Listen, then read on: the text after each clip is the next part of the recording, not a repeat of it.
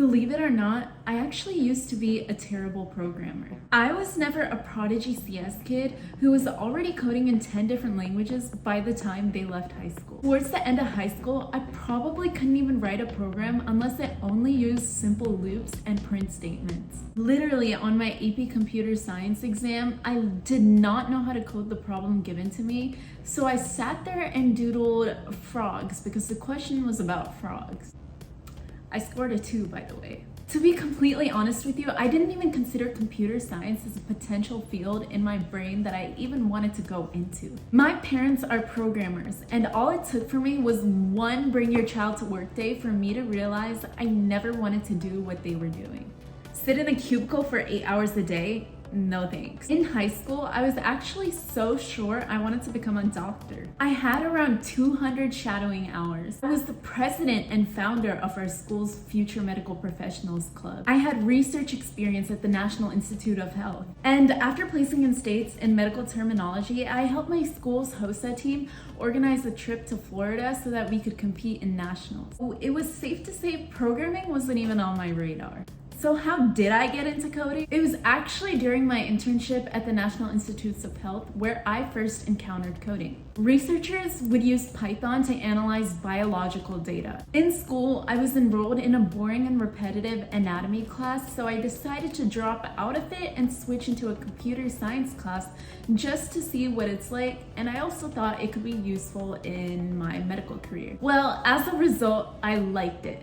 But I wouldn't say I was good at it. However, that didn't stop me from deciding to pursue it in college. I literally got a 2 on the AP Computer Science exam. However, this clearly did not matter because I was still able to get into the University of Maryland as a computer science major. UMD is currently number 17 for computer science in the United States, and it's tied with Harvard and UPenn. I started off in an intro class for computer science, which almost every student who enters the major does. In this class, you use Java, which is a very standard intro language. Throwback to my Eclipse days. Since this was my second time learning programming, I already had somewhat of an understanding of how to code. This foundation really helped me the second time around to really understand the fundamentals which I would use throughout the rest of college. So it really took me 2 attempts at the same content for coding to finally click. Once it clicked, everything was quite straightforward. It all just finally made sense. This is when I became really good at programming. I was literally the one helping all my friends when they were stuck, and this made me an even better programmer. Then with careful studying and thoroughly understanding every single concept that was taught to me, I was easily able to breeze through discrete math, linear algebra, computer systems, data structures, and algorithms. When I got into college, I heard from my friend about the UMD FIRE program. FIRE stands for First Year Innovation and Research Experience. And from what I saw, FIRE seemed to have a machine learning program for students. I decided this was probably far better and more hands-on than any of the UMD scholars or honors programs, and I decided to apply to it. In this program, I was first exposed to machine learning. It 100% did not click the first time around for me. I didn't have any knowledge on machine learning, and it was almost like I was already expected to know it. Honestly, the majority of the class was copying code from open source repos and recreating projects with code our teacher provided us. However, this was able to introduce me to how machine learning works. However, by the end of the course, I was able to use open source repositories to build a medical object detection model which could classify skin lesions. Really cool, I know. I also was even able to build a facial detection model with a group of peers. However, by this time, I wouldn't say I was really confident with my ML skills because I don't think I could code a program by myself without using open source repositories. I was able to land my first software engineering internship by going back to my lab director from my time as a medical research intern at NIH and asking if they had any open positions for people interested in bioinformatics or computer science. Surprisingly, she said yes, so there's never any harm in asking. I worked at this internship part-time for almost 2 years alongside my classes. I learned how to use Python and R to analyze and fetch genomic records from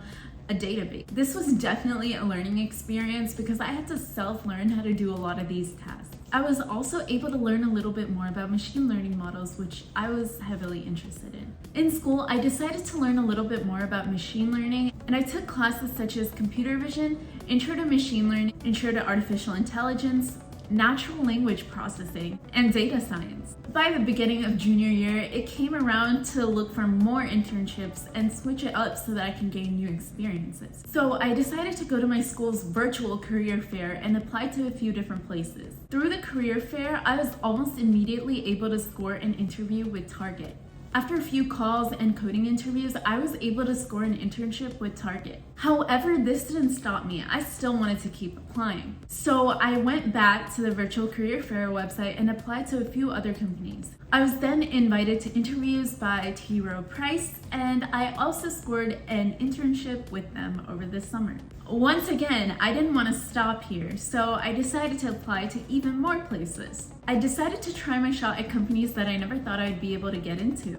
I kept moving up the scale in internships. I then decided to try my shot at the next tier of companies, and I applied to Amazon just to see if I would get it. Luckily, I was able to ace the coding assessments, and I was able to score an interview with them. To be honest with you, I thought I fumbled on the interview. There were a few tiny places where I messed up, but I guess it's okay that not everyone's perfect because I was able to score an internship at Amazon as well. So by this time I was really happy with where I was interning over the summer, but this still did not stop me, and I kept applying, just like that. In the end, I decided to sign my internship offer with Amazon, and this led me to a whole new opportunity of experiences. At Amazon, I was able to learn a lot about the development processes that an average software engineer goes through. At the NIH, I was kind of working with a mentor, so I wasn't really going through the regular coding processes that a regular software engineer would be facing if they work at like a big tech firm or any software company. And Amazon really exposed me to this. Overall, my experience at Amazon taught me how to become a better programmer. It truly felt like I was there to learn more about programming. Now we're kind of nearing where I currently am with my software engineering journey. I've recently graduated from the University of Maryland with a high-paying job already in line for me. So that was my CS journey. And I hope it taught you guys that it's okay to not be perfect and things don't always click the first time around. You might need a second attempt like me, but as long as you have the perseverance to keep going, you should be able to get through computer science. Thank you guys for watching. Please make sure to leave any comments or questions you have down below in the comments, and make sure to like and subscribe. Bye bye.